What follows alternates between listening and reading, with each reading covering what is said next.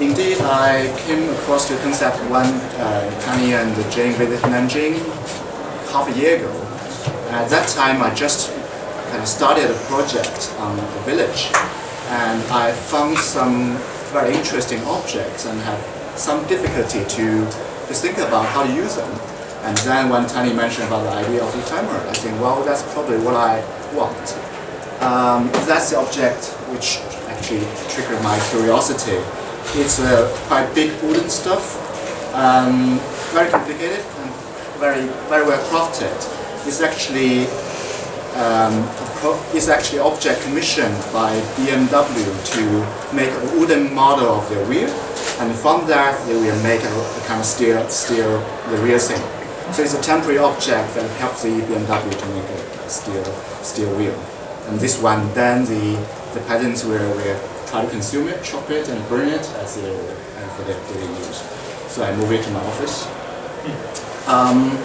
My talk is going to be about my project actually. So it's actually a case study of my attempt to engage ephemera in an architectural project. I think this objective seems to be a little bit ridiculous, because an architecture is, in a sense, an artifact that made to last. It is targeted at an inherent monumentality. So architecture is in some way very anti-ephemera. And then my question is there any way that architecture could open a field to engage humanities? And in this process, is it possible that ephemera can somehow be used in a very pragmatic way towards an intervention of space, of real space, to change the world, more or less? And in this regard, my talk is going to be about the pragmatics of ephemera, how we use it, rather than a semiotic or semantic study. And I have to say that what I'm going to present here is a very prototypical project. It's not an architectural project in normal sense. It's more about a model of development that we somehow intervene into the current space. Some introduction to the background of my project. My village is one of the so-called water villages in China. Water village is a shuixiang. It's a very kind of common concept that connotates a village in the Yangtze Delta region, which has based on the water transportation and also developed a water-based lifestyle. And this idea, this concept is of course very geographically based, but it's also related to a social kind of social phenomena. For example, in Fei Xiaotong's study of the Jiangsun Jingji, this is a very typical study of the kind of social structure of the water village. It's also a very cultural-based concept. There are many nostalgic and art works that try to target at water village, which actually create a lot of problem now, because when people think about water village, we have a common image of all villages. You know, it's a water village like that. There are white walls, roofs, a lot of water, very nostalgic feeling. So when the government recently launched a lot of regeneration projects in those villages, I mean, the first instinct of the head of the village or local officer is to try to decorate their village according to such ideal image. So the problem for me is quite interesting and also very odd. You know, by becoming ideal water village, you actually lost your own identity as a village. You become a representative of a common abstract water village as such. And there is a strong battle for identity. The villages, because in this recent urbanization, I mean, it's a process that no village can escape.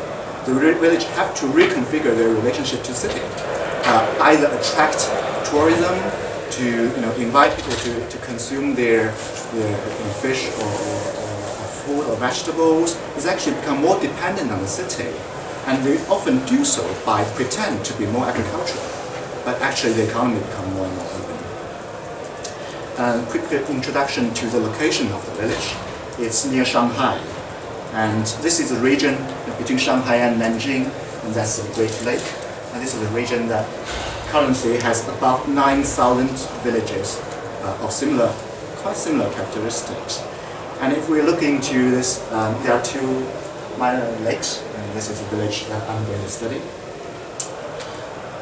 This village, historically, they are interconnected by rivers and canal systems. And historically, there was no roads. For example, if you watch the Antonioni's film of China, you see people traveling by boats.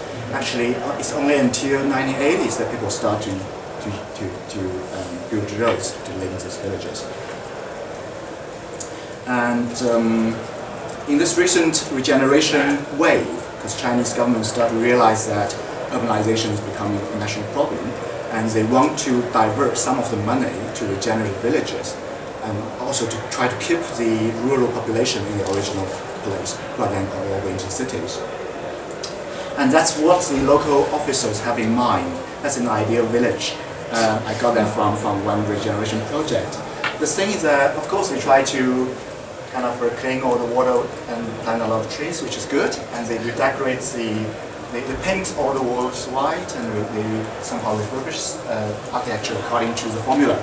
But then they are very interested in building these temples, and this is actually a shrine to loyalty, I think, because they are competing for identity.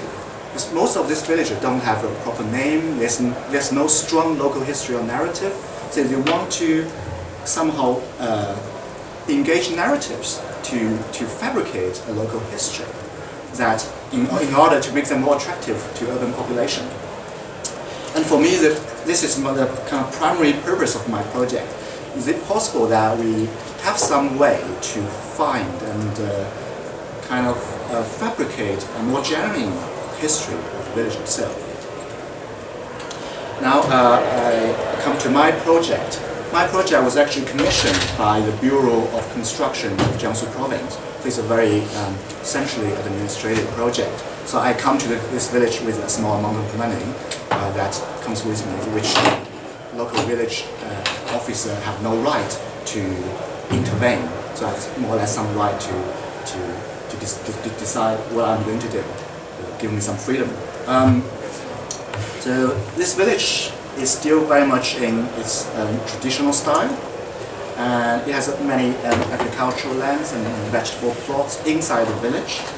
And we still have this kind of flavor of a water tank. We have a lot of water body within the village, and people still living and using space in a traditional way. But I'm not going to be too nostalgic about that. The city has already come here. People start to use motorbikes, and the building with new building materials. The economy has changed. They turn the ponds into raised crabs, which actually for consumption of the urban visitors who come here and eat their crabs. And because people have given up the canal system as transportation system, the harbor was abandoned. The ships were just dumped there, and there are new kind of job opportunities. And this is kind of expert of preparing, actually killing the lambs. So he kind of migrating between villages and helping local people to prepare the food. Everyday life is still very much the case, and they use the previous harbor now become kind of wash basin for their vegetables. There are many interesting artifacts here. For example, these are concrete-made decoration that try to mimic the wooden structure. It's a decoration of dragon and phoenix. And here is a wall that's built from what they call metal sheet. It's a thing that was kind of residue produced in the Great Leap Forward movement when people carried their little metal things and burn it, try to contribute to the country where you go, just create those rubbish. So they use it as a building material. And the head of the village had some ideal image in his mind. So when I was there, he just bought a lot of new trees and tried to plant it here and there to turn it into a more a modern garden city, I'd say. My project was, so I'm thinking that instead of designing any buildings or kind of refurbishing the village according to a standard formula, is it possible that we do it in a more modest way? So I reconsider the role of architecture. If architecture is not simply about building or making monumental things, but rather than kind of establishing links and to change situations and to intervene into space in a more subtle way. And in that sense, I think architecture can be used to define and manipulate established relationship. And that's where I think the ephemera becomes very interesting to me. I'm not totally sure whether my definition of ephemera is right. I think it could be interesting to know one of you from another discipline about ephemera. I worked with my students to discover some interesting objects there. And my first question is, because objects are not ephemeral, not necessarily ephemeral. And how can we make an object an ephemera? And what architecture can do with that? I'll give you an example.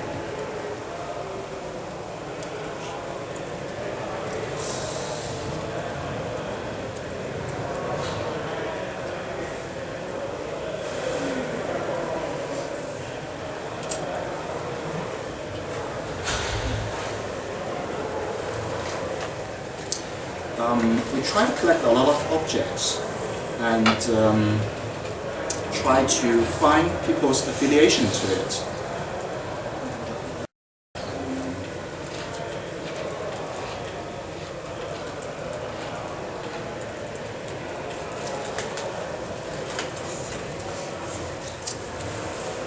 For example, this is a quite intriguing object for us, for an urban population. And then we think, well, it's strange, but it could be very common for local people, right? So it's not necessarily an ephemeral, it's just an everyday object. So we interview people and asking them, what's that? And they demonstrate to us what it is.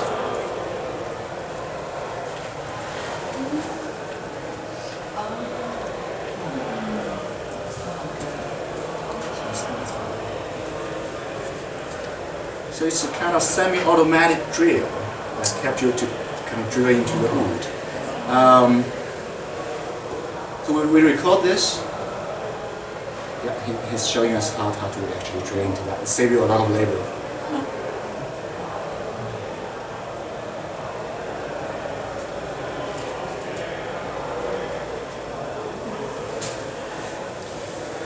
For me, this is interesting because the object is becoming something else. The object now, without intervention and media interview, it becomes an object with an affordance or a story with it. I mean, that's in that process becomes something else. So we started a project to collect people's affiliations to those objects, and then we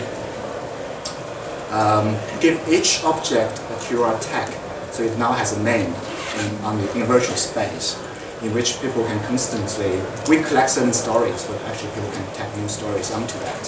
So we actually build up a kind of story, a collection of stories for each object on the internet with the help of the digital media. And then my question is, if we just produce a representation of the object in a virtual space, is it still the same object? I mean, for me, ephemera has a very important characteristic that it has a kind of materiality. It is something that you can actually physically interact with, and there is a different texture, different material, different weight, and you have a bodily relationship with it that somehow is missed when you put it online. So we introduce a concept called micro-intervention. That is, we try to redesign the situation of the object in the original place so that they can still kept being used by the local villagers in the original way, but their relationship to the surrounding will somehow change a little bit and make them identifiable by urban population like me. I go there and find it a little bit odd to turning this object into an object of an intellectual object actually. And so we design a set of object with situation or situated object. So here we call that vat table. We have a vat that has a quite interesting profile. So we design an architectural situation that it can be put in different ways to make it interactable. And this is what I call a well mirror. You actually add a mirror there, that when people approaching this well, they can interact with the well. They can see the well in different ways. Actually, when people passing by that corner, we can look into the bottom of the well, over the well. And that's the broom, and we just put some things here, so the broom is actually laying and as if it's floating on the wall. So I mean, people can still using it in normal ways, but if the visitors pass by, they will notice, oh, it's old, and pay some attention to it, and then you know that it has a QR tag, it has story. There are things, there's little bricks stuck out of the wall called bird rest. It's a very poetic name, that is for the bird to temporarily bird for stop on the wall. So we design a staircase that let you to approach the bird rest and rest there like a bird. And those kind of rubbish boats, we turn it into islands. We put some mud in it and plant trees there to become a garden, an island within the water.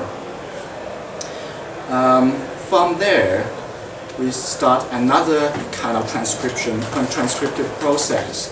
We try to build a life story of ephemera. So these are the objects that are actually interlinked. And these are objects that has been interplaying and intertwining with people's everyday life. So they become affiliated to people and there was emotional affiliation. And these objects can be connected in different ways according to their characteristics. So we start 3 processes. We first do an archiving project and we try to build a network and do a mapping of that. First of all, we try to categorize the characteristic of the found objects based on their material or their use or their relationship with people, or probably several objects belong to the same old lady, so you can actually understand her kind of mentality based on objects. So the lady becomes a kind of link for those objects. So by doing so, we can create a kind of a hyperlink among those objects, a network of objects. And then we try to ping those objects in the original place. And based on that, we create a website.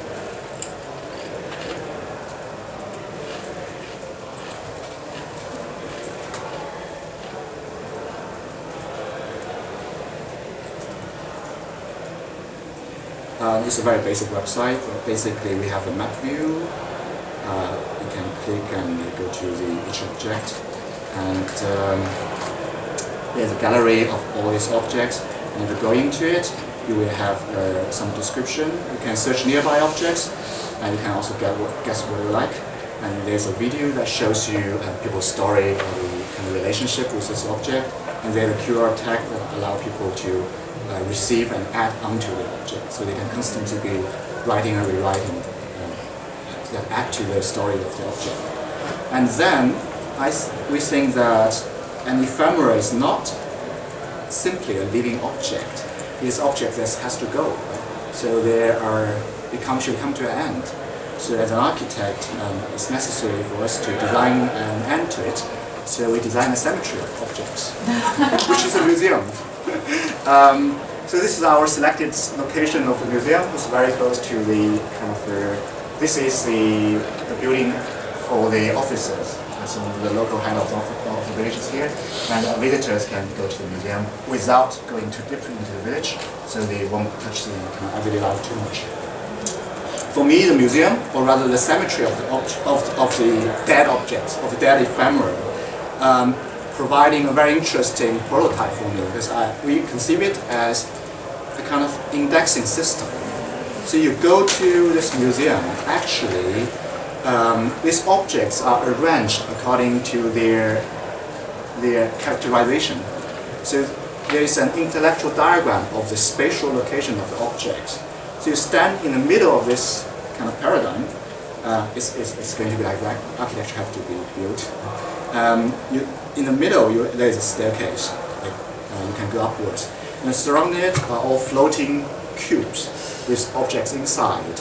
And their relationship to the staircase actually reflects the relationship of the object to the everyday life and their features. And then you can scan it, and it will tell you that if you are interested in the dead copy of this object, you might probably be interested in a couple of living objects inside the village. So it will give you a direction of how you can tour the village according to your emotional affiliation to the dead corpse.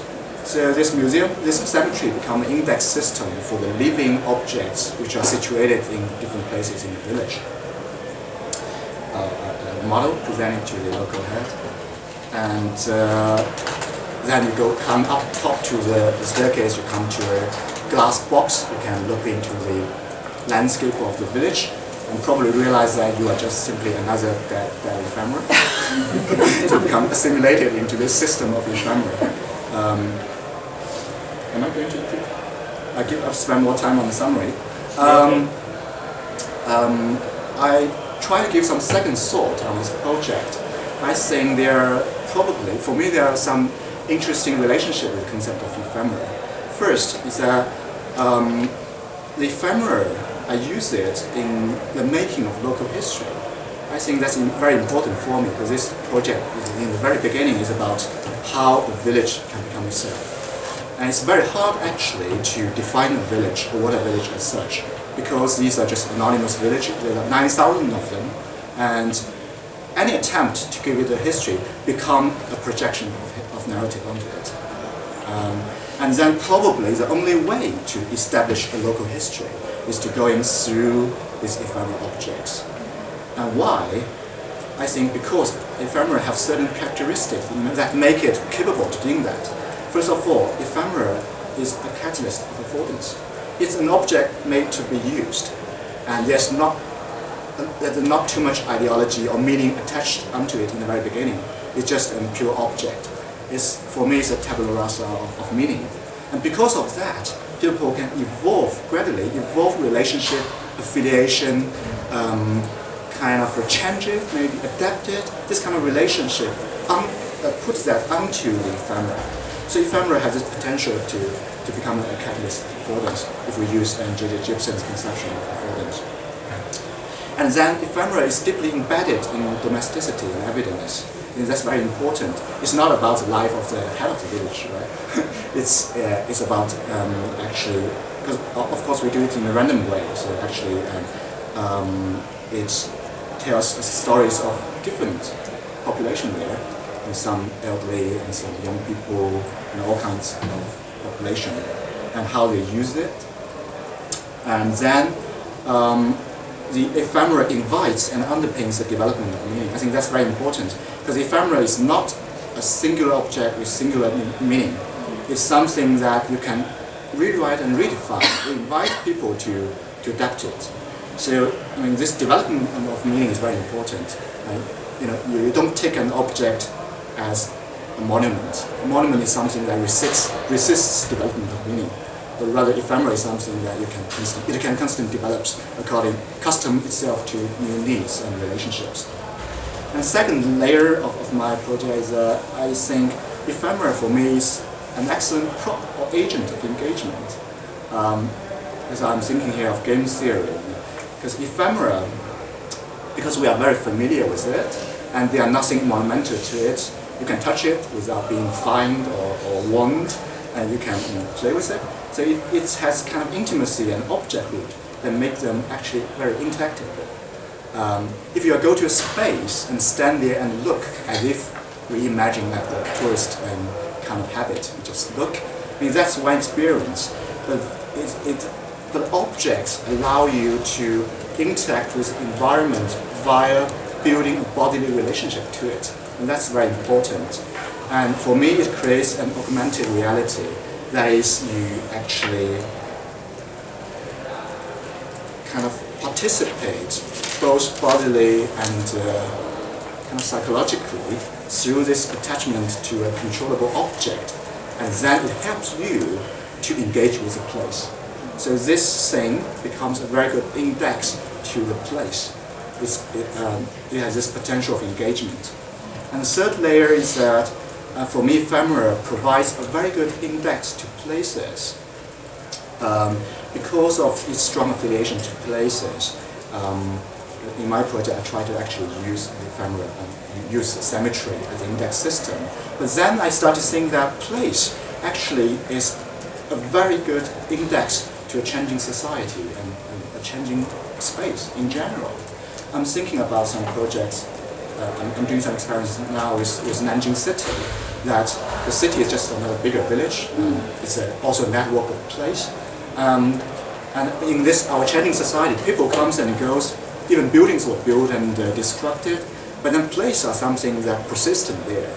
Its place is where everything changes, but it's something that keeps kind of the development of meaning and stories.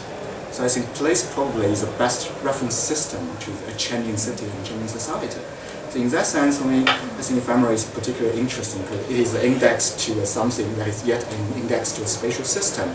So it has a potential to actually apply it from a village to something bigger, to a city or other environment. And some other thoughts. I have been very interested in the potential of using digital humanities, engaged digital humanities in this process, because I think it's very important that when we try to link ephemera to place or engage people with ephemera, it is, I think the digital technology is essential here. It helps us to engage, write, interpret with object in a very intuitive and friendly way. Now, it's not about reading, it's about you approaching something and then you get a feedback and then you write onto it again. And this object also becomes a kind of medium for communication, because actually when other people access this object, it not only access it as itself, but also access the trace of your engagement with it. So this object, this ephemera, gradually will become a kind of medium for all the visitors of the village. And that's the interesting aspect for me. And then by doing so, I somehow engage the tourism, which I think is necessary, because if we want the village to regenerate economically and socially, it's important to engage the urban power. But then I think ephemera here guarantees that although the village is going to change anyway, it's going to be urbanized, but we can still keep some of the genius loci, the genuine place. And people does not simply come here to experience their ideal water village, but rather engage in a network of stories. And then I think I transformed this village into a narrative place, but it tells the story of itself rather than any external stories. And this ephemera in this process has become a device of mnemonics. It helps the kind of manipulation and mechanism for the storytelling of memory. Thank you.